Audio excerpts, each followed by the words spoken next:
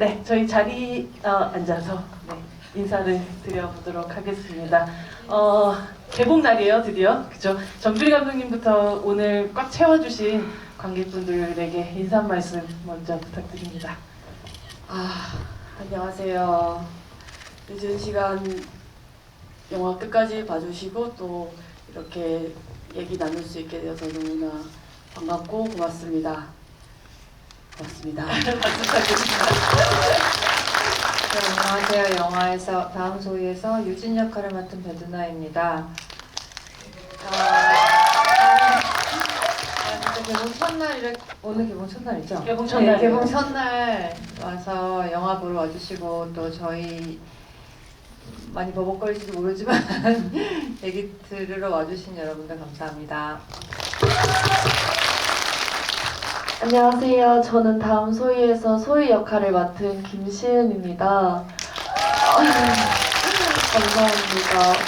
오늘 개봉 첫날이어서 진짜 많이 떨렸는데 이렇게 오늘 끝까지 함께 해주셔서 너무 감사하고요. 생각보다 시간이 많이 늦은 시간이더라고요.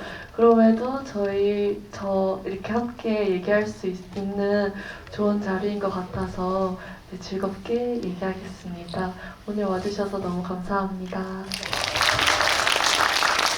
저희는 사실 개봉 첫날에서 되게 파이팅이 넘쳐서 들어오긴 했는데 여러분들은 사실 이 영화를 끝까지 보고 마지막에 엔드 크레딧이 올라간 상황에서 딱 저희 마주하니까 아마 지금 살짝의 온도가 조금 다를 수도 있겠다라는 그런 생각이 들어요. 좀 곱씹어야 되는 부분. 처음 보신 분들도 계시고 뭐 한 번 정도 더 보신 분들도 계시지 않을까 싶기도 하거든요. 처음 보시는 분들. 네. 부산영화제에서 또 해서 뭐 이렇게 2번 이상 보신 분들. 그래도 꽤 많으신 분들이. 네. 저도 한 3-4번 정도를 본 것 같은데 보면 볼수록 새로운 것들이 보이는 그런 영화였던 것 같아요. 배두나 배우님은 이야말로 사실은 오늘 가장 기다려왔던 사람이 아닐까 싶기도 하거든요. 왜냐면 이 영화가 작년 칸느 국제영화제에 갔을 때도 그리고 작년 또 부산국제영화제에 처음 소개됐을 때도 이 자리에 또 안 계실 수밖에 없는 외화벌이 하고 계신 산업역 분이시기 때문에 드디어 한국에 와서 이 완전체의 그 배우들과 그리고 감독님과 함께하는 또 이 순간이 주는 뭔가 감격스러움이 있지 않을까 싶기도 하거든요. 네, 진짜 외화벌이를 하느라 2022년도는 제가 자유롭지 못했습니다. 그래서 뭐 이 영화가 칸느를 시작으로, 그러니까 사실은 영화 촬영 딱 끝나자마자 제가 그 다음 영화를 LA에서 찍었거든요. 작년 2월이었죠? 네, 작년 2월 말에 이 촬영이 끝났고요. 딱 이맘때쯤 찍고 끝났어요. 그리고 저는 3월 3일날 바로 이제 출국을 해서 10월 달에 왔거든요. 칸느에서부터 사실 후시 녹음부터 뭐 포스트 프로덕션부터 아무데도 제가 참여를 하지 못하고 부산 영화제는 꼭 오고 싶었어요, 솔직히. 너무나 와서 극장에서 영화 보고 확인하고 싶었는데 아무튼 굉장히 외로운 시간을 보내고 이번 몇 주 동안 이제 홍보 프로모션을 돌면서 간신히 제외하는데 되게 기분 좋더라고요. 너무 반갑고 집에 돌아온 느낌이고 되게 즐거운 몇 주였습니다. 네. 또 두나 배우의 등장과 함께 김시은 배우는 홀로 외로운 질주를 해왔던 그 또 시간을 거쳐서 굉장히 또 반갑게 이 완전체의 홍보 프로모션의 그 시간들을 즐기셨지 않았을까 싶기도 하거든요. 사실 제가 이제 영화를 보셔서 아시겠지만 배두나 선배님하고 호흡을 맞추는 장면이 별로 없어서 개인적으로 너무 아쉬웠어요. 근데 이렇게 홍보 활동을 하면서 선배님이 옆에 계시고 하니까 역시나 너무 든든하더라고요. 그리고 무엇보다 진짜 제가 배두나 선배님을 평소에도 너무 좋아하지만 이제 또 홍보 활동을 하면서 뭔가 배두나 선배님의 모습을 직접적으로 느낄 수가 있었는데 역시 제가 생각했을 때는 너무 건강한 에너지를 가지신 분이고 그리고 엄청 순수하신 분이라는 생각이 막 드는 거예요. 그래서 제가 배울 점이 너무 많고 이래서 홍보 활동을 너무나 즐겁게 하고 있습니다. 진짜. 아니 진짜예요 근데 선배님. 그게 진짜 홍보활동하면서 짱이거든요. 가장 심쿵했던 순간이 있다면? 아 너무 많은데요? 이거 하나만 고를 수가 없거든요. 네. 선배님 진짜 짱이에요, 진짜. 아니, 이게 빈말이 아니에요. 이게 진짜 제가 너무 인터뷰 때도 그렇고 막 와 선배님 진짜 너무 최고다 이렇게 말해가지고 막 기자님들도 막 에이 막 이러셨단 말이에요. 그랬는데 진짜 제가 개인적으로 더 팬이 됐고 원래는 롤모델이 없었는데 제가 롤모델이 누구예요? 이렇게 물어봤을 때 저 롤모델 배두나 선배님이 됐어요 라고 말했습니다. 진심이에요. 없던 롤모델도 만드시는 분이 됐군요. 근데 사실 뭐 존경한다 이런 표현 쓸 줄 알았지만 건강한다라는 표현을 이렇게 건강한 젊은 배우가 또 하는 존경은 당연한 마음이어서 아니 그 건강한 기운들 같은 게 사실은 있기 때문에 이 영화가 사실은 우리에게 이만큼 편안하게 또 다가올 수 있었던 것 같아요. 아니면 너무나 좀 괴로운 부분들도 되게 더 많았을 텐데 어쩌면 감독님이 배우를 캐스팅할 때부터 이미 이 건강함이 이 영화에 어떤 플러스가 될지를 계산하시고 생각하셨지 않았을까 싶기도 했어요. 감독님은 또 사실 뭐 딱 이맘때 진짜 촬영 끝나고 또 그간의 많은 뭐 영화제라든지 혹은 또 관객들한테 보여줄 뭐 기회들 같은 것들 드디어 이제 얻게 되었는데요. 사실 일반 관객들 혹은 기자들이나 이렇게 처음 선보인 이후에 가장 걱정했던 부분이 또 어떤 거였으며 그리고 또 선보인 이후에 오히려 이렇게 딱 마음이 또 놓이게 됐던 부분들 같은 것들이 무엇이었는지가 궁금합니다. 되게 운 좋게 다른 나라 관객들을 먼저 만났고 다행히도 또 그분들이 많이 공감을 해주셔서 좋았지만 사실은 우리나라 관객분들 만나는 게 너무너무 떨리고 사실은 걱정도 되게 많이 됐어요. 왜냐면 우리들 자신의 이야기이기도 하고 그래서 느껴지시는 무게나 이런 것들이 차원이 다를 거라고 생각했거든요. 그래서 훨씬 더 까다롭게 보실 거라고 생각했고 또 낯선 형식이니만큼 이 부분을 또 어떻게 받아들여 주실지 우리가 만든 대로 봐주실지 그런 것들 되게 걱정도 많이 하고 사실은 또 분명히 그렇게 봐주실 거야 하고 기대도 하고 그랬습니다. 낯선 형식이라는 말씀을 하셨는데 사실은 좀 파격적인 방식이긴 했죠. 거의 영화가 1시간 3분 정도쯤에 등장하나 11, 뭐 그 정도. 이렇게 아예 배우를 두 부분으로 나눠서 이렇게 만들게 된 형식을 처음 생각하실 때부터 이런 형태로 이야기가 진행될 거라고 생각하시고 만드셨는지 아니면 여러 시나리오들을 배치하는 과정에서 이러한 배치가 최종적으로 됐는지가 좀 궁금하더라고요.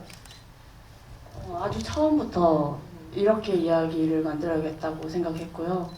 아주 처음에 진짜로 이 두 주인공 그리고 중간에 그 첫 번째 주인공이 죽고 나서 등장하는 이 다음 주인공 그리고 오프닝과 엔딩 그리고 주요한 사건들 다 아주 처음부터 이렇게 있었고요.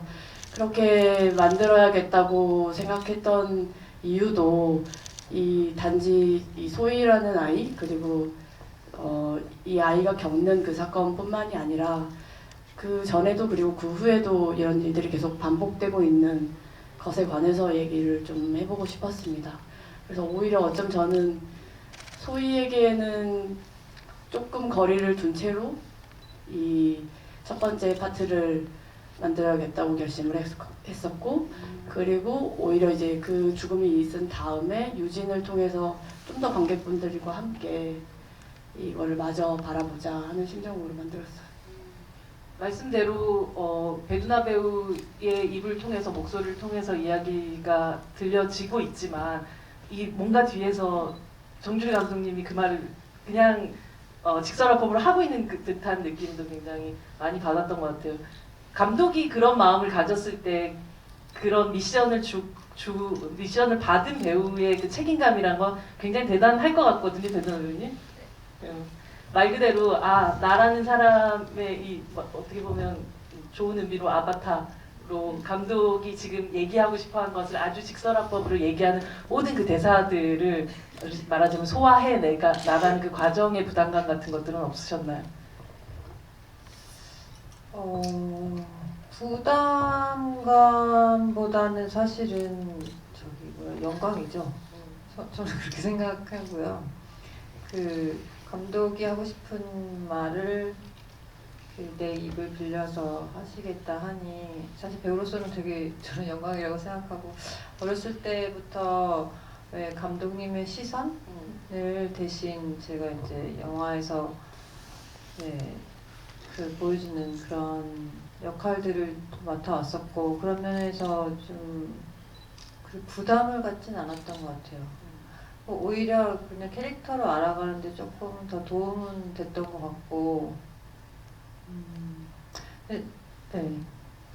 그리고 부담을 갖고 감독님이 이걸 꼭 하고 싶은 얘기니까 내가 이걸 꼭 쏙쏙 잘 들리게 전달해야지 이러면 저는 오히려 더 안 된다고 생각하거든요. 정말 무심하게 네? 이거 나 지금 열연하고 있으니까 잘 봐, 막 이렇게 하면 또 안 되잖아요. 간다. 나 지금 간다 이거 할 수 없으니까 그냥 가볍게 부담 갖지 않으려고 했습니다. 사실 김시현 배우가 이 역할에 캐스팅이 된 걸 보고 감독님이 사실은 어쩌면 보통 이런 아이들 예를 들어서 자기의 어떻게 손으로 스스로의 생명을 앗아가시는 아이들은 이런 얼굴일 거야 아니면 이런 분위기일 거야 혹은 쟤는 저래서 이랬을 거야 라는 식의 사람들의 그 후평가들 같은 것들을 아예 처음부터 제거하고 들어가겠다라는 어떤 선언같이 느껴진 캐스팅이었었거든요. 그게 사실 김시인이라는 배우를 처음 만났을 때부터 감독님이 한눈에 결정하시게 됐었던 이유가 아니었을까 싶기도 했고요. 여러 차례 말씀을 드렸으니까 말씀을 드리자면 사실은 이 사건 자체를 정확하게 알게 된 그 계기가 여러분 잘 아시는 시사고발 프로그램 그것이 알고 싶다였는데 거기서 이제 그 기자분이 취재를 해가시면서 만나는 사람들이 있어요. 그 사람들마다 하나같이 하는 말이 걔는 그럴 애가 아니라는 말이었어요. 절대로 그럴 애가 아니다. 씩씩하고 뭐 자기 주장 있고 그게 되게 뭐랄까요? 도대체 그런데 그럴 애가 아닌 애가 왜 그러면 그랬을까 하는 것이 굉장히 저한테 계속해서 생각하게 되는 지점이기도 했고 그러면서 이제 이 소희라는 인물을 만들 때는 그러면 한번 그렇게 해보지 뭐 그럴 애가 아닌 아이 어디 봐서도 그렇기도 하고 근데 그것 자체도 우리들의 편견일 수 있잖아요. 그런 것도 있고 그래서 저는 가장 평범한 그 나이의 고등학생 가장 그 평범하다는 말은 색깔이 없다거나 뭐 이런 말이 아니라 개성 있고 자기 꿈이 있고 하고 싶은 거 확실하고 그런데 그 친구가 어떻게 변해가는지 무슨 일들이 있었길래 그렇게 됐는지 그랬던 것 같아요. 감독님 처음 만났었을 때 첫 대화 혹시 기억하세요?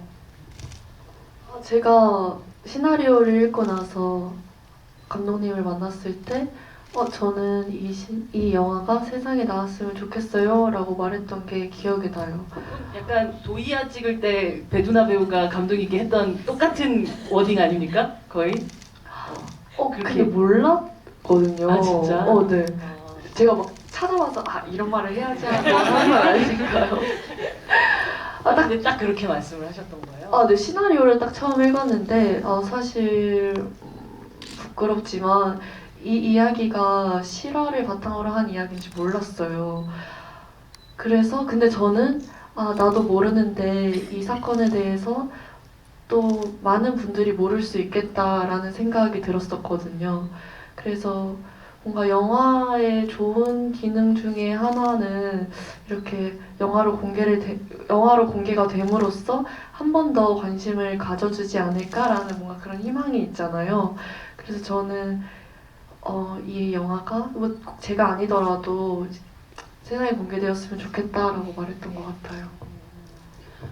그 배두나 배우님께서 저랑 그때 아마 뭐 책 준비하고 이럴 때 처음 시나리오를 받았었던 것 같아요. 굉장히 기쁘고 흥분한 얼굴로 언니 저 정주리 감독님 영화 하게 될 것 같아요라고 얘기하는데 굉장히 신나 보였었거든요. 그래서 그때 그냥 농담으로 아 그때 영남이니까 이름이 이어져가지고 갓도 형사라고 하니까 막 이렇게 1남, 2남, 4남 해서 계속 가는 거 아니냐 이런 농담까지도 하기도 했었는데 사실 한 배우가 한 감독하고 계속 작업들이 이어나간다는 것은 그냥 단순히 뭐 친분만으로 만들어지는 것 같지는 않아요. 어떤 확신 같은 것들 그리고 그 사이에 변했던 두 사람의 어떤 세상을 바라보는 혹은 영화가 세상을 통해서 영화가 세상을 향해서 무엇을 할 수 있을까에 대한 생각들까지도 어느 순간 싱크로가 딱 맞춰졌기 때문에 가능했던 9년 만에 뭐 사실 한 8년 정도 만에 그 재회가 아니었을까 싶기도 했거든요. 그 감독님의 시나리오 물론 뭐 다른 인터뷰에서도 말씀 많이 하시기도 했지만 처음 다시금 정주리라는 이 작가의 시나리오를 손에 쥐었을 때 어떤 마음이셨는지가 궁금합니다. 진짜 저는 감독님 시나리오를 엄청 좋아해요. 저는 원래도 영화보다는 영화 보는 것보다는 책 읽는 걸 좋아하고, 그러니까 영화처럼 모든 감정을 다 설명해주고 막 모르겠어요. 제가 책을 읽을 때 더 능동적으로 생각하고 더 상상력을 쓰는 것 같아서. 근데 감독님 책이 좀 여백이 많고 하여간 문장 하나하나 굉장히 신중하게 쓴 것 같은 그런 느낌이 있고요. 네. 그래서 제가 되게 좋아하는 스타일로 글을 쓰시는데 말씀하신 것처럼 8년의 시간이 지나는 동안 저도 세월이 지나면서 조금 더 걱정하고 뭐 또 고민하고 이런 뭐 뉴스 프로그램을 보면서 분노하고 뭐 이런 사건들이 쌓여갈 거 아니에요. 저도 답답한 것도 많고 근데 그런 것들이 조금 잘 맞아떨어진 것 같아요. 이거는 되게 좋았어요. 저는 이번 시나리오가 진짜.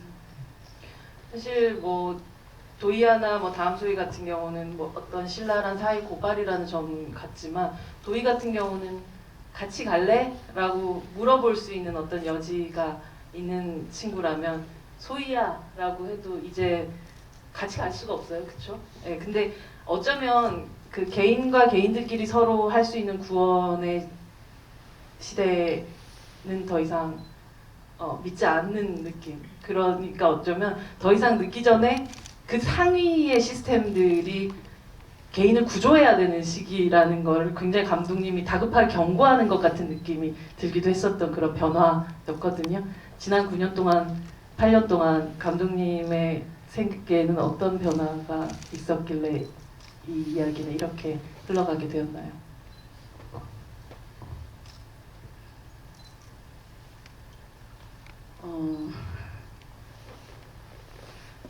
굉장히 좀 암담하고 좀 절망적이다 하는 이 시나리오를 이제 작업을 이렇게 하는데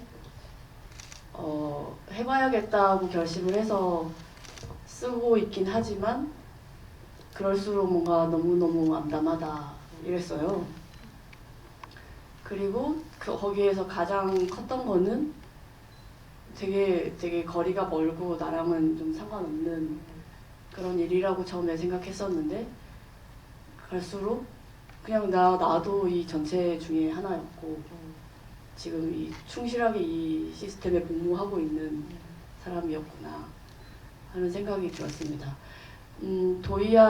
도이아도 물론 굉장히 비극적인 이야기지만 그래도 마지막에 영남이 도희에게 건네는 그런 게 이제 어떤 모르겠어요. 아주 단순한 희망은 아닐 테지만 거기에 뭔가 다를 가능성이 있다면 그 가능성에 대해서 한번 생각해보는 영화였다면 이번에는 그조차 잘 없어 보이는 그런 상황이었어요. 그런데 정작 이제 영화 속에서 유진은 그 암담함과 그 절망 거기서 아직 헤어나오지 못하는 것처럼 보이지만 이제 영화를 만드는 입장에서 저 같은 이제 입장에서는 유진 같은 인물이 있다는 게 그래도 희망이 될 수 있지 않을까. 그래서 꼭 그 인물의 그 절망과 암담함이 반드시 필요했고 또 관객분들이 거기에 또 공감해 주시는 것도 필요했고 그랬습니다. 그 두 사람이 뭐 구조적으로는 만날 수 없는 어떤 구조를 갖고 있지만 한 30분쯤, 31분쯤에 잠시 스쳐 지나가면서 만나게 되는 곳이 바로 이 댄스를 하는 연습실인데 감독님 수요파를 되게 열심히 보셨다는 소문이 있던데요. 감독님도 혹시 댄스 쪽에 관심이 있으셨던 건가요? 그러니까 그 춤추는 걸 보는 거를 좋아는 하지만 네 제가 뭐 어떻게 해볼 생각은 전혀 없고요. 네, 근데 이렇게 누군가 춤추는 모습을 보는 건 좀 저한테 그냥 단지 좋아하는 것을 보는 거랑은 좀 다른 것 같아요. 뭔가 굉장히 좀 은밀한 구석이 있고 저한테 불러일으키는 감흥이 그렇고요. 또 특히나 영화에서 춤추는 모습이 담길 때는 좀 더 그게 저한테는 영화적으로 느껴져요. 그 말하지 않고 몸을 움직여서 자신을 표현하는 그런 것들이 네, 그랬습니다. 그 시기에 배두나 배우는 거의 데뷔조인 것 같아요. 아이돌 데뷔하는 준비하고 있는 조 같은 그런 느낌이 들 정도로 정말 최선을 다해서 깜짝 놀랐습니다. 그 정도일지 모르고. 아니 근데 사실은 그 배두나 배우가 저 개인적인 인연을 얘기를 하자면 배두나 배우 처음 만났었던 게 미스 힙합 미스터 락이라는 되게 그 단막 드라마가 있었는데 그때 힙합 2000년도에 예, 2000년도에 예. 제가 무슨 러브스토리라는 SBS 드라마를 했는데 맞아요. 거기 스크립트 하셨어요. 맞아요. 제가 네. 그래서 저는 기자를 하기 전에 처음 제가 대학교 알바할 때 만났었던 거기서 그때 열심히 두나 씨가 계속 그 비슷한 공간에서 몇몇의 신인 배우들과 함께 계속 힙합 춤을 추는 힙합 춤을 너무 왜냐면 내가 락 가수를 좋아하는 되게 팬이었는데 이제 신성우 씨가 신성우 락커였고요. 씨 역할을 되게 좋아하는 팬이었는데 그 회사에 들어가고 싶어서 어떻게든 힙합 가수가 돼야 되는 거야. 춤을 열심히 췄는데 결국 안 되는. 네. 거의 안 됐죠 그때. 네네. 안 됐던 것 같아요. 그래서 그 힙합 꿈을 옷가게에서 일하는. 그 꿈 내가 이뤄드리리다 하고 정준희 감독님께서 다시 춤을 아, 됐어. 아니야. 쓰레기가 어딨어. 그렇게 사실 뭐 이제 대사를 나눌 상황들은 없었지만 두 사람이 비슷한 공간에서 계속해서 어떻게 보면 같이 춤을 추고 있다는 것가 주는 그런 연결지점 같은 것들이 있었을 것 같아요. 시은 배우는 사실은 어쩌면 난 배두나 배우랑 지금 영화 찍기로 했는데 실제로 마주한 장면이 거의 없다라는 거에 대한 좀 그게 있었을 텐데도 춤추는 공간에 가면 어쩐지 여기에 두나 언니가 있다는 느낌이 혹시 들지 않았을까 싶기도 했어요. 없었는데. 아 진짜? 근데 사실 농담이고요. 저희가 진짜 연습을 많이 했어요. 한 달에서 한 달 반 정도 연습을 했는데 정말 소희와 유진처럼 스쳐 지나가지. 왜냐면 같은 춤을 배우는 게 아니었어서 다른 춤이었어가지고 타임은 달랐는데 똑같이 거의 연습을 했었거든요. 그래서 정말 소희와 유진처럼 이렇게 쓱 갔다가 선배님 안녕하세요 이러고 다시 쓱 가고 막 그랬던 기억이 나네요. 안무중 쓰러진 유진을 바라보는 소희의 눈빛. 네. 그러니까 굉장히 따뜻한 응원처럼 보이기도 했는데 어떤 마음을 담아서 했었어요? 소희도 춤을 출 때 실수를 하는 구간이 있잖아요. 근데 그거를 좀 응원해주고 싶은 마음도 있고, 뭐 틀려도 괜찮다. 이런 마음으로 했던 것 같아요. 근데 처음에는 뭐 제가 선배님 이렇게 찍을 때는 진짜 활짝 웃었거든요. 그래서 선배님이 막 놀리시기도 하셨어요. 뭐라고? 활짝 웃는다고 너 그렇게 했잖아 이러면서 엄청 장난도 잘 쳐주셔가지고 제가 더 편안하게 촬영을 했던 것 같아요. 이제 소희가 쭈니 만나러 가는 길에 그 길에 뉴스가 슬쩍 지나가는데 수험생들 힘내세요 응원 좀 부탁이라는 그 뭐 그게 진짜 촬영하는데 갑자기 나왔지는 않았을 거고 감독이 분명한 의도를 가지고 그 뉴스 장면 넣지 않았을까 싶은 생각이 들었어요. 사실 우리가 미디어에서 만나게 되는 청소년들의 다양한 방식의 어려움들 같은 것들을 뭐 입시 지옥이라든지 뭐 이런 이야기들이 굉장히 많은데 오히려 그런 것조차도 대학 입시를 준비하는 어떤 학생들한테 굉장히 더 맞춰져 있지 않은가라는 생각을 하면서 지금 소희 같이 그 고등학교를 졸업하기 이전에 이미 어쩌면 그냥 그 일하는 그 공간 이상으로 더욱더 힘든 어떤 그 곳으로 던져지게 되는 이 아이들에게 좀 더 마음을 두고 싶다라는 게 그 짧은 뉴스 장면에 좀 느껴지기도 했거든요. 진짜 스쳐 지나갔는데 그렇게 봐주셔서 감사하고요. 진짜로 수능 날이 되면 대한민국 모든 고3들이 다 수능을 보는 것 같은 하루 종일 그렇잖아요. 좀 국민이 수능 보는 것 같은 느낌이 들죠, 네. 그렇죠? 네. 그런데 절반에 가까운 친구들은 이미 일을 하고 있거나 아니면 일을 찾고 있거나 하는 상황이라는 거. 저도 그거를 명확히 인식을 하지 못한 채로 있었던 것 같고 그런 것에 대한 좀 안타까움도 그 오프닝 장면에 있고요. 정작 근데 소희와 쭈니는 전혀 아무 상관없는 그날 뭐가 됐건 아무 상관없는 것처럼 그렇게 또 지나가는 모습도 또 나름대로 또 마음이 아프고 그랬어요. 이 춤추는 첫 장면에서 진짜 귀에서 플레이 되던 음악은 뭐였나요? 그레이님의 꿈이 뭐야라는 노래예요. 근데 되게 꿈이 뭐야 영화의 그 뭔가 대사이기도 할 것 같다는 생각이 드는 그런 곳이 그렇기도 하네요. 네. 감독님이 생각하고 선곡해 주신 건가? 그 레퍼런스로 삼았던 수우파의 네, 그 뭐라고 부르죠? 그 댄서들이 그 경연을 하잖아요. 네네네. 그 중에 한 팀의 그 안무와 그 선곡이었어요. 그게 레퍼런스였어요. 그래서 근데 그 곡을 사용할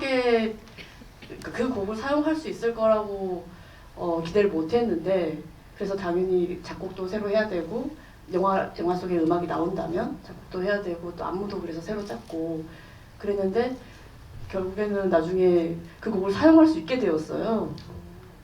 영화에서 그렇게 해주셨어요. 그 그레이님과 그랬는데 정작 마지막에 영화 속에는 음악이 담기지는 못했습니다.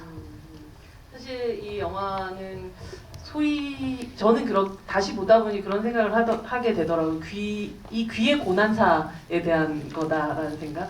처음에는 자기가 춤추고 싶은 그 음악을 즐겁게 듣던 이 아이의 귀에 어느 순간 고객들의 컴플레인이 들리기 시작하고 그리고 어느 순간 모든 사람들이 갑자기 인간미가 사라진 상태에서 사랑합니다 고객님이라고 하면서 당장 일을 시작하던 그 순간 소희가 귀를 막죠.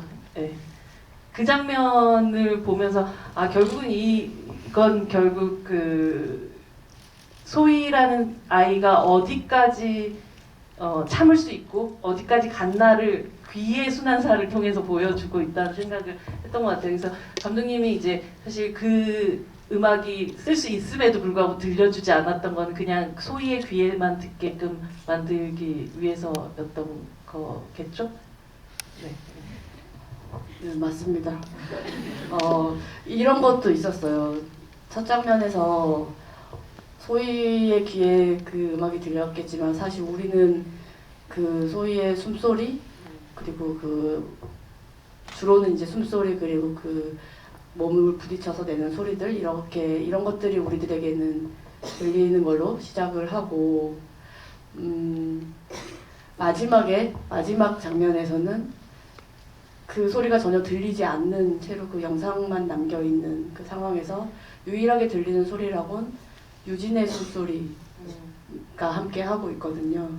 그런 채로 그 오프닝과 엔딩을 마무리를 하고 싶었습니다. 다시 보면서 굉장히 좀 흥미롭게 다가와 하지도 않은 얘기를 야 뭐라고 했냐? 라고 하다가 또 또 나중에 이제 소희가 자해를 하고 병원에서 돌아오는 그 차 안에서 엄마 나 회사 그만두면 안 될까라고 얘기하는데도 뭐라고? 하면서 살짝 안 들은 것 같은 식의 이야기를 하잖아요. 이 엄마의 어떤 캐릭터는 좀 이례적인 캐릭터였던 것 같기도 하고 엄마의 이 소통 방식이라는 것 자체도 감독님이 분명 의도한 어떤 부분들이 분명히 있으셨을 것 같거든요.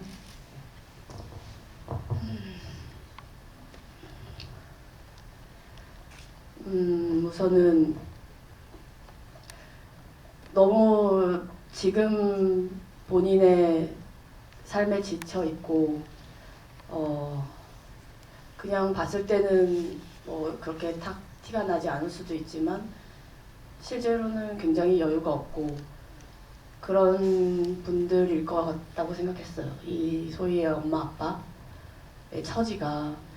그리고 그래서 무슨 말을 제가 이제 어른들한테 자주 느끼는 것이기도 한데 뭐라고 하면 뭐라고 하고 일단은 대답하는 그런 경우들요. 저도 이제 나이가 들어가면서 저도 그러더라고요. 일단은 라고 대답 먼저 하고 그래서 당장에 지금 뭘 들었는지 보다는 우선은 그렇게 반응하는 거 이런 모습 어떻게 되었길래 이렇게 반사적으로 일단은 그렇게 할 수밖에 없을까 이런 것도 있었고 저는 그때 이제 어떻게 보면은 많은 분들이 그때 그걸 듣고 얘기를 했더라면 얼마나 좋았을까라고 당연히 생각하실 수도 있지만 그보다는 저한테는 왜 더 얘기를 못했을까 소희가 이런 것들이 아마 쌓였을 거고 적어도 소희는 그런 엄마 아빠가 그렇다는 거를 이해했을 것 같았어요. 그러니까 더 피력하지 못하고 더 말을 하지 못하고 그리고 회사에서 휴가 받았다고 얘기하고 그런 것들이 소희는 그런 엄마 아빠를 이해하고 있을 거다. 차마 그래서 더 말을 못하고 그렇게 마지막을 향해 간 게 아닌가 싶어요. 소희는 어떤 마음이었어요? 엄마 아빠를 힘들게 하고 싶지 않았던 것 같아요. 그냥 물론 내가 힘들어서 힘들다고 얘기했지만 그거에 대한 사실 답변이 돌아오길 기대하고 말한 건 아니라고 생각하거든요. 참을 수 없어서 말을 했지만 그랬는데 엄마 아빠한테는 말을 분명히 하고 싶었지만 할 수 있었는데도 안 했을 것 같고요. 그냥 엄마 아빠를 뭔가 보호해주고 싶은 마음이었던 것 같아요. 오히려. 네. 그러니까 힘들지만 내가 힘들다고 티를 내면 엄마 아빠가 더 힘들 것 같으니까 힘들다는 거를 얘기를 못 하겠던데요? 네, 그렇습니다. 그래서 휴가 받았다고 얘기한 것도 회사에서 있었던 일들을, 콜센터에서 있었던 일들을 충분히 얘기하면 뭐 얘기할 수 있었지만 그러지 않았던 이유도 엄마 아빠를 생각하는 마음이었던 것 같아요. 사실 이 두 개의 음성이 높았다가 이제 점점 에너지적으로도 낮아지는 그런 그래프를 그린다면 유진이 같은 경우는 거의 뭐 밑바닥에서 시작해가지고 점점점 분노의 게이지가 올라가게 되고 목소리도 사실 더 커지게 되는 형태의 그 그래프를 보여준단 말이죠. 근데 사실 이 유진이 그 거의 무슨 누군가 봤을 때 거의 저수지에서 걸어온 것 같은 수준으로 처음 등장을 한단 말이에요. 그러다가 어느 순간 정말 교감에게 주먹을 날리는 순간 이 피치가 어디까지 올라가야 되나 혹은 이것이 과하지 않을까 여기에선 조금 더 눌러야 하나 이런 어떤 것들에 그걸 그 감을 잡는다는 게 사실 좀 쉬운 일은 아닐 것 같아요. 사실 영화가 상영이 되고 있는 중간이라면 여기선 한 도 정도 가고 여기선 솔 정도 가도 되겠다라고 생각할 수 있지만 사실 그런 컨티니티를 그 장면에서 어디까지 내가 여기서 분노해도 되는가 어디까지 보여줘도 되는가의 수위를 배우 스스로가 좀 결정하는 데 있어서 어려움이 없었을지에 대한 그 교감을 조금 더 통쾌하게 쳤어야 하나 아니면 조금 더 화를 내나 아니면 조금 더 눌러야 하는가에 대한 이 어떤 결정들을 내렸는지 좀 궁금하더라고요. 그 결정은 사실 제가 내리는 게 아니고 감독님이 내리시는 거니까요. 저는 사실 그 여러 버전으로 저는 매 테이크가 할 수가 없는 배우라서 좀 덜 흥분하게 되면 덜 나오고 더 흥분하게 되면 더 나와서 매 테이크가 좀 다른 편이고 골라 쓰시는 거거든요, 감독님이. 도영 선생님 계속 맞으시는 건 없어요. 근데 모르겠어요. 이제 관객분들이 제가 왜 저기서 저렇게 흥분하지? 이게 걱정될까봐 이 톤을 조정하는 것보다는 사실은 저는 그 안에서 이게 잘 보이진 않지만 이런 장면에서 얘가 약간 핀이 나가고 이런 연기를 하긴 했었습니다. 근데 저도 잘 안 보이긴 하더라고요. 영화에서는. 근데 하긴 했어요. 약간 어떤 이렇게 듣고 있을 때 뭔가 힌트가 나가는 그런 걸 차라리 쌓아두거나 이렇게 약간 힌트를 주는 걸로 하지. 내가 여기서 어느 정도만 연기해야지 이런 거는 없었어요. 이 영화에서는 없었던 것 같아요. 네. 어떤 관객들은 사실 막 박수 치면서 그 순간에 되게 통쾌하기도 했지만 실제 아마 그 유진 같은 캐릭터는 내가 주먹을 날렸음에도 불구하고 오히려 그 이유가 더 슬픈 마음이 들지 않았을까 싶기도 했거든요. 네네. 그러니까 어떤 분들은 인터뷰 하실 때 질문하실 때 무슨 형사가 좀 오버하는 거 아니냐, 무슨 주먹을 날린 형사가 어딨냐. 형사는 주먹 아닙니까? 아니 그래서 네. 그래서 한국의 남성 형사들은 거의 주먹에 발이 다 날아가던데요, 그 항상. 그렇지 않나요? 그러게. 예, 네, 맞아요. 네. 여기 강간의 왕국이하고 날아가고. 막 이렇게 강간의 했죠. 왕국이야 됐었죠. 네. 근데 이제 약간 그 정도 씬에서부터 유진이 이게 지금 형사로서 일을 하고 있는 게 아니고 이제 한 사람의 그러니까 인간으로서 좀 화가 나고 있다라는 거를 좀 보여주는 게 아닐까. 진짜 주먹이 나갈 정도면 이성을 읽는 거니. 그런 여자도 아니잖아요, 사실. 진짜 아까 말씀하셨던 대로 목소리도 거의 개미 목소리처럼 나오다가 이제 점점 커지는 거니까. 저는 그냥 그렇게 생각을 했고, 콜센터는 그냥 콜센터인데 학교에서 이제 그러니까 저는 개인적으로 그 부분에서 유진이 아닌 배두나는 사실 굉장히 흥분했었거든요, 읽었을 때.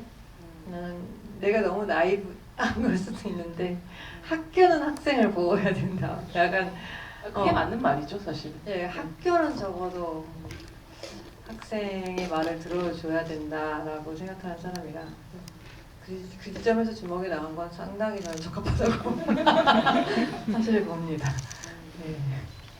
사실 또 뭐 유진에게 이런 어떤 순간이 있다라고 하면 소희에게는 이 팀장님의 그 어떤 그 죽음 이후에 확 말하는 살짝 힌트가 나갈 만큼 위압적으로 굴게 되는 어떤 순간들 같은 것들이 있잖아요.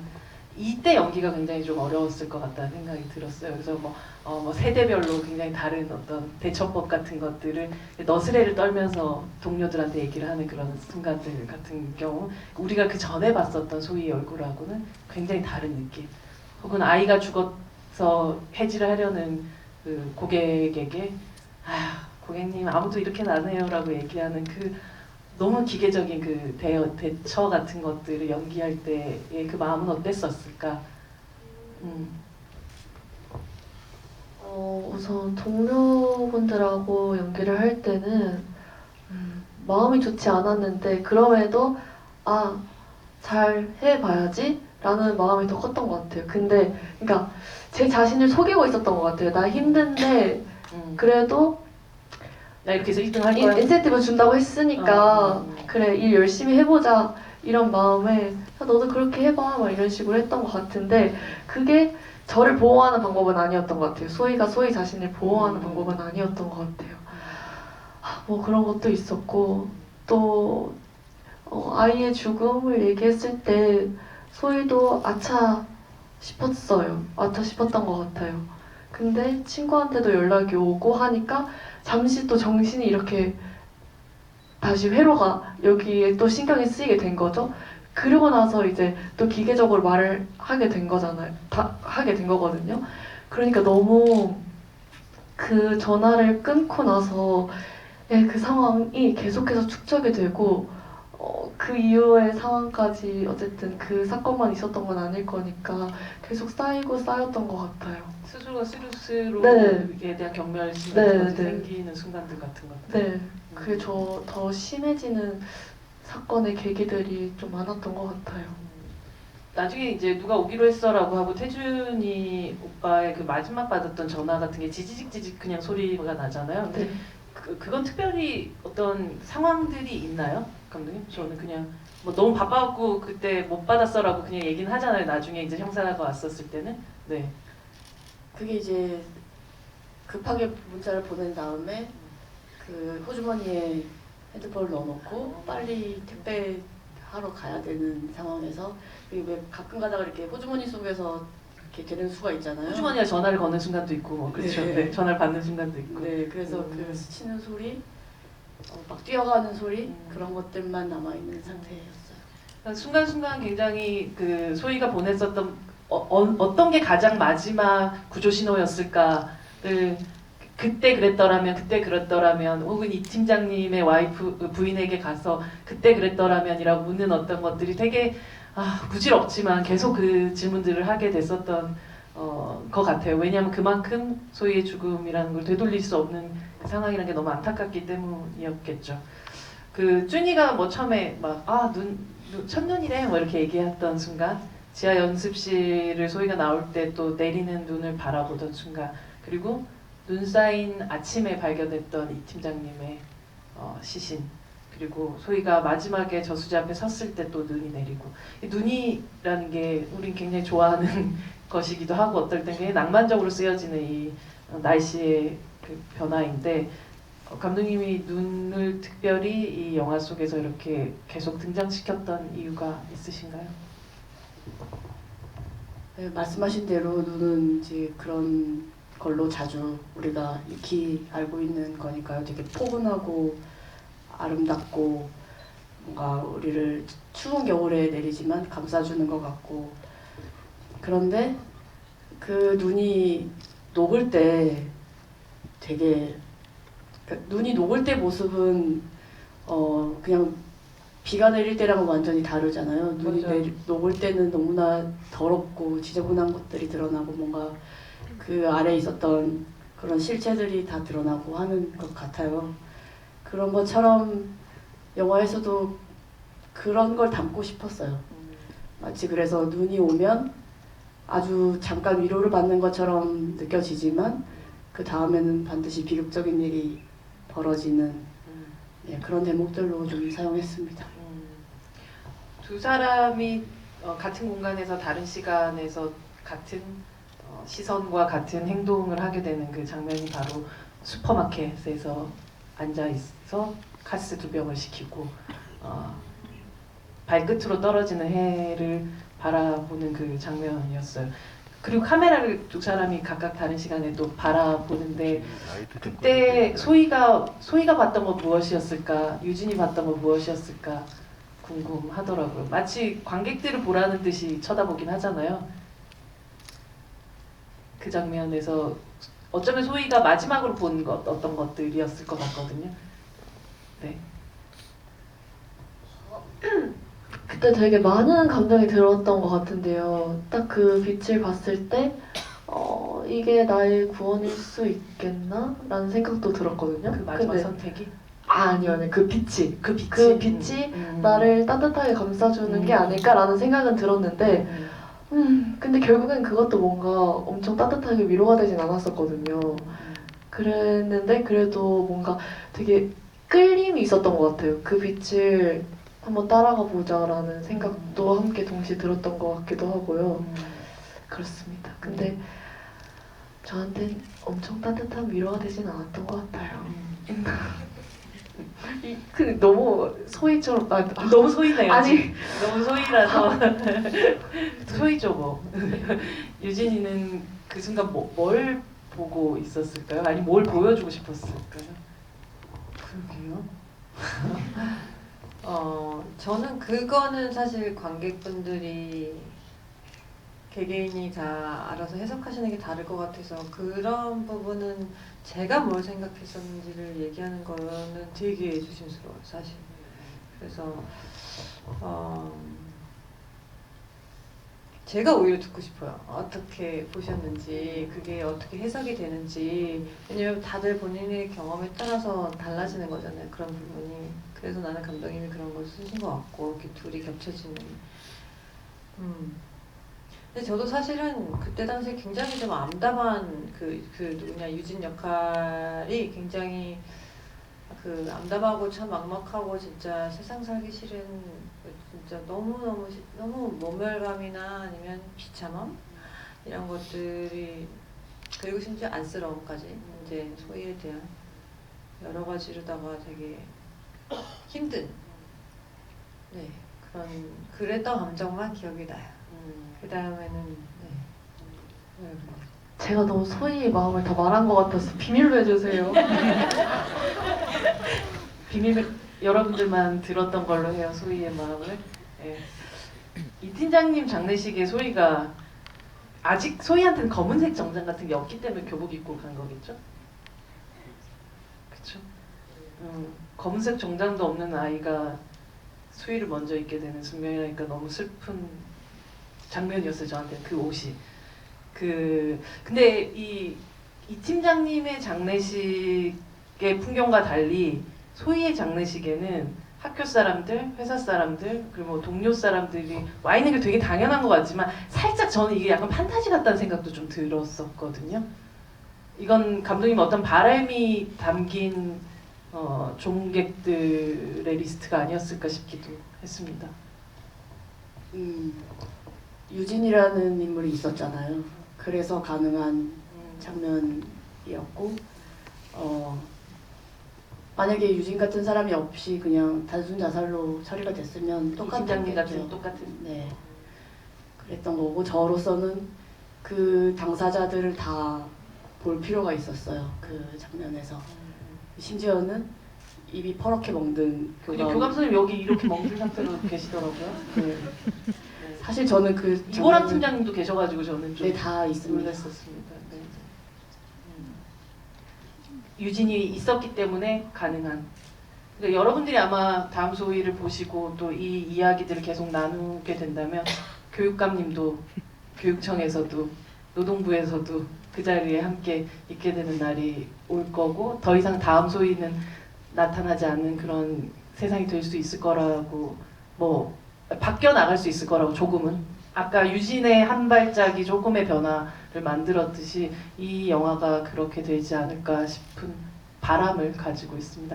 여러분들 아까 이제 배두나 배우도 여러분들 어떻게 보셨는지 또 궁금하다는 말씀하셨는데 뭐 어떤 소감도 괜찮고요. 여러분들도 제가 또 미처 하지 못한 질문 몇 개 정도를 한 2개 정도 받을 수 있지 않을까 싶긴 하네요. 네, 손 들어 주십시오. 제일 끝에 분이십니다. 네, 저는 그 미디어 플랫폼 얼룩소라는 곳에 일하는 천현우라고 합니다. 안녕하세요, 감독님. 제가 보면서 되게 놀랐던 게 뭐냐면은 이 영화가 진짜 엄청 그러니까 현실 그 사건이 있었는데 그 사건을 진짜 집착적으로 따라갔다는 점이에요. 막 눈 오는 날부터 해가지고 2016년 그거 하반기 겨울 때부터 막 이런 계절부터 전부 다. 근데 제가 궁금한 게 2개가 있더라고. 몇 개가 판타지고 몇 개는 픽션이고 몇 개는 사실인 건 알겠는데, 그 숫자 언급하는 것 중에 이제 배두나 배우님이 그 이제 오이준 경감을 연기하면서 670명이 총원이고 629명이 퇴사를 하고 617명이 입사를 했다라는 표현이 있는데, 이 표현 같은 경우도 사실인가요? 네. 사실을 기반으로 한 건지 궁금합니다. 네, 정확히 사실에 있는 숫자입니다.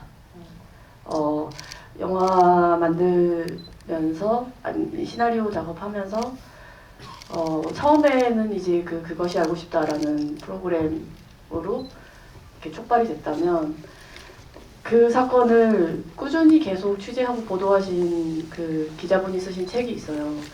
허환주 기자님의 18 일터로 나가다라는 책이 있는데, 그 책을 통해서 뭐랄까 이 전체 어떤 이런 것들을 확 조망하게 됐달까요? 그러면서 굉장히 당연히 르포 책이니까 그런 취재하신 것들이 그 속에 많이 담겨 있고 그 중에 제가 본 것이에요. 정말로 그 숫자들로 되어 있더라고요. 네, 감사합니다. 다음 질문. 네, 여기 제일 앞에 에게 갈까요? 네.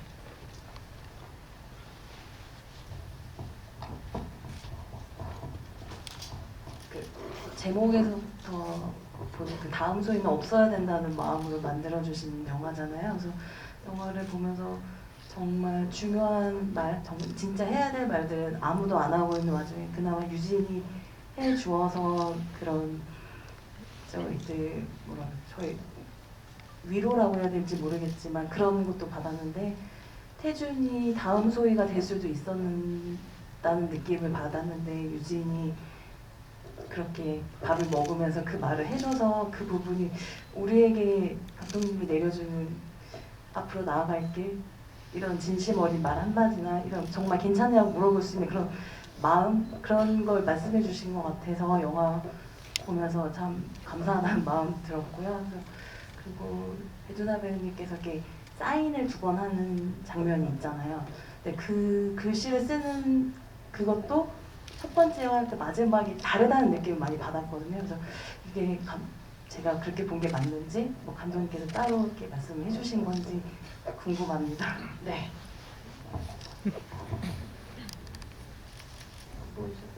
글씨체는 저도 영화 보고 알았어요. 저 그제 영화 처음 봤는데 처음에 저렇게 갈게 썼다는 것도 사실 잘 인지하지 못했고 특별한 디렉션이 있지 않았던 것 같아요. 2번째 씬도 같은 날 찍었거든요. 그걸 2개 다. 2 영화실. 그 영화실을 진짜 영화실에서 찍었기 때문에 저희가 세트가 아니어서 하루 만에 다 찍었는데 근데 2번째 씬은 그렇게 제가 꼭 눌렀었는지도 그것도 디렉션이 없어요. 네, 그냥 그렇게 된 거예요. 네. 그런 것 같아요. 조금 더 존중을 담아서 하게 된 것이 아닐까. 네, 그렇게 됐네요. 네. 극단적으로 다른 어떤 마음의 상태를 하루에 다 연기를 하셨다니 배우란 정말 극한 직업입니다. 이 정도는 아닙니다. 네, 이 정도 배우는 그래도 좋은 직업입니다. 감사히 일하고 있습니다. 네, 다음 질문 가겠습니다. 이쪽에 지금 오렌지색 모자 비님 쓰시고. 안녕하세요. 감독님 그리고 배우님 2분 정말 사랑합니다. 쑥스러운 사람분들. 감독님께서는 늘 저의 이야기를 대신 해주신다는 느낌이 있어서 정말 감사드려요. 제가 드리고 싶은 질문은 다음 소희를 보고 있다 보면 감독님의 전작의 흔적을 느낄 수가 있는데 일단 떨리네요. 유진이라는 이름은 2008년에 만드셨던 단편에 등장하는 유진과 이름이 동일하고요. 그리고 유진의 신분증에 들어가 있는 증명사진은 빅토리아의 영남의 것과 같아요. 그 의도를 알고 싶습니다. 그것이 알고 싶습니다. 네, 감독님? 제가 진짜 무슨 거창하게 유니버스를 만들겠다고 그런 건 절대로 아니고요. 그냥 안 찍은 것뿐이라는 배두나 배우의 증언이 있습니다만 그냥 너무 그 사실 제가 좋아해요. 네. 네. 뭐 그렇다면 뭐 거의 간직하고 있다가 네. 아무도 모를 거라고 생각하고 꺼냈는데 세상에 그런 게 어디 있겠어요. 현장을 봤더니 그게 있었어요. 네, 그 명찰이. 그래서 이거 이영남 아니에요? 저는 막 손이 덜덜 떨리는데 머리 안 대고 이거 어떡하지? 감독이 만들어 오셨더라고요. 유진이란 이름에 대한 애착은 그러니까 솔직히 말씀드리면 이영남으로 할까도 생각을 안 한 건 아닙니다. 네, 네. 희자 돌림은 그거는 뭐 완전히 우연이에요. 아. 진짜로 우연이고요. 유진은 실제 제 경찰을 하는 친구 이름이 유진이기도 하고요. 근데 되게 이름에 뭔가가 되게 게다가 제목을 이름으로 그쵸, 그쵸. 이렇게 네. 삼으니까 더욱이나 이름에 의미가 많이 있을 거라고들 생각하시겠지만 진짜 아무 별 생각이 없었어요. 의외로 많은 감독님들이 이름 짓는 걸 제일 고역으로 생각하시는 분들을 제가 많이 뵀어요. 근데 항상 관객이나 뭐 저도 마찬가지지만 꼭 이름에 뭔가 뜻이 있을 것 같은 그런 그 뜻이 있어야만 될 것 같은 그런 마음이 들지만 네 감독님은 그냥 유진이라는 친구가 있으십니다.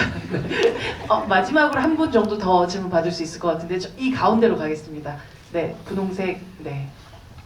입으신 분들은 네. 굉장히 좀 공평하게 그래도 가보려고 노력했습니다. 안녕하세요. 네. 저는 사실 소희처럼 그렇게 특성화 나와서 일을 하고 진짜로 임금에 대해서 문제도 있었고 그래서 좀 소희에 대해서 시점에 많이 공감하면서 영화를 잘 봤습니다. 그래서 저는 초반에 눈이라는 게 아까 감독님께서 말씀을 해주셨지만 제가 소희의 입장에서 생각을 했을 때는 눈은 약간 희망이라고 생각을 했어요. 처음에는 소희가 눈을 맞고 두 번째에서 연습실에서 나왔을 때는 사실 바라만 보는 존재였고 마지막에 자의를 하고서 차에 타고 갔을 때는 그 갇힌 공간에서 볼 수밖에 없고 마지막에 죽었을 때는 흩날려서 손에 닿을 수 없는 그런 거라고 저는 일단 생각을 했고요. 그러면서 약간 소희를 바라본 때 카메라랑 이제 너무 떨리네요 사실. 배두나 배우님 바라볼 때 촬영 기법이 어떻게 보면 소희가 좀 더 흔들리는 무빙이 좀 많았는데 이거는 이제 소희의 시점을 반영한 건지 그게 궁금합니다. 감독님? 너무 잘 봐주셨고요. 일단은 그런 것들을 캐치해 주셔서 너무 고맙습니다. 눈에 대한 거는 그런 것 같아요. 영화 속에서 눈을 사용하면 비도 마찬가지고 도이아에서는 제가 비를 그렇게 썼는데 뭔가 제가 쓴 것 이상으로 관객분들이 봐주시는 것 같아요. 본인들의 자신들의 경험과 그런 감상을 바탕으로 훨씬 더 풍부하게 봐주시는 것 같아서 너무너무 고맙고 그리고 두 번째 그 카메라의 무빙에 대한 이야기를 네, 하셨죠? 네. 그것도 너무 봐주셔서 고마워요. 말씀하신 대로 전적으로 핸들드로 소희는 담았고 유진은 다 픽스 카메라로 담았습니다. 소희를 계속해서 따라가다가 이 아이를 마지막에 놓칠 때는 카메라가 멈춰 있어요. 그러니까 소희가 이제 사라질 때는. 그리고 그렇게 고정된 상태에서 유진이 등장했으면 좋겠고, 그리고 내내 소희는 마치 카메라가 따라다녔다면 유진은 화면 안에서 유진이 움직이는 거를 봐야 하는 것으로 그렇게 잡았습니다. 그런데 그래도 유진의 감정이 동요하거나 이렇게 달라지기 시작할 때는 카메라가 유진을 따라가기도 해요. 그러다가 이제 마지막 장면에 이르러서는 우리도 유진에게 한없이 붙어서 그렇게 마치 소희와 유진이 이렇게 그 장면만큼 마주하고 있는 듯한 그런 느낌으로 만들었습니다. 알아봐 주셔서 고마워요. 이쪽 문이 열리면서 사실 저희가 오늘의 시간을 맞춰야 된다는 어떤 사인을 주시고 계신 것 같은데요. 저희 그래도 마지막 인사는 하면서 이 자리를 마감을 해보도록 하겠습니다. 뭐 사실 첫날이니까요. 오늘 개봉 첫날이니까 뭐 여러분들의 어떤 열화 같은 성원이 있다면 더더욱 이런 자리들도 만들어질 수 있겠죠? 감독님 마지막 인사? 사실 첫 인사이자 마지막 인사 부탁드립니다. 첫 번째 관객들에게. 네, 오늘 너무 뜻깊습니다. 더 많은 얘기를 나눌 수 있었으면 더 좋았겠지만 아쉽고 또 다른 자리에서 또 기회가 있을 거라고 생각하고요. 유진을 그리고 소희를 기억해 주시길 부탁드립니다. 고맙습니다. 오늘도 큰 박수 부탁드립니다. 네, 영화 보러 와주셔서 감사하고요. 이 영화가 저 지금 계속 객석을 보면서 와, 이 영화가 개봉을 해서 관객분들이 보러 와서 앉아 있다. 약간 이런 뭔가 환상적인 경험을 하고 있다라는 좀 뭔가 비현실적 당연히 현실이지만 되게 좋네요. 되게 꿈 꾸는 것 같고 이렇게 영화가 돼서 나왔고 바로 보러 와주신 여러분들께 진심으로 감사합니다. 네. 부탁드립니다. 제가 개봉을 한 것도 처음이고 이래서 되게 많이 떨리고 긴장도 했는데요.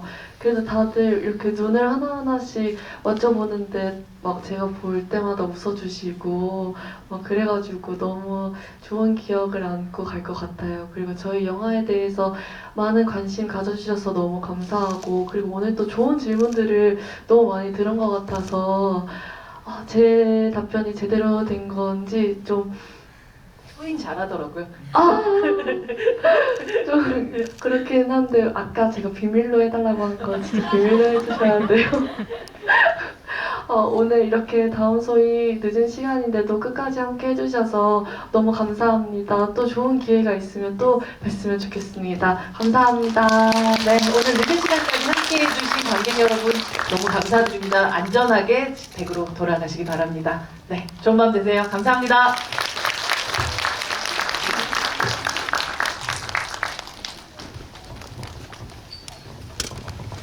네, 관객분들은 잠시 기다리셨다가 퇴장 앞쪽으로 도와드릴 거고요. 오늘 배두나 배우님께서 직접 저희 관객분들 오신 분들께 나눠드리신다고 이렇게 스티커를 만들어 주셨어요. 그래서 이 앞쪽으로 퇴장하실 때 제가 하나씩 배포하겠습니다.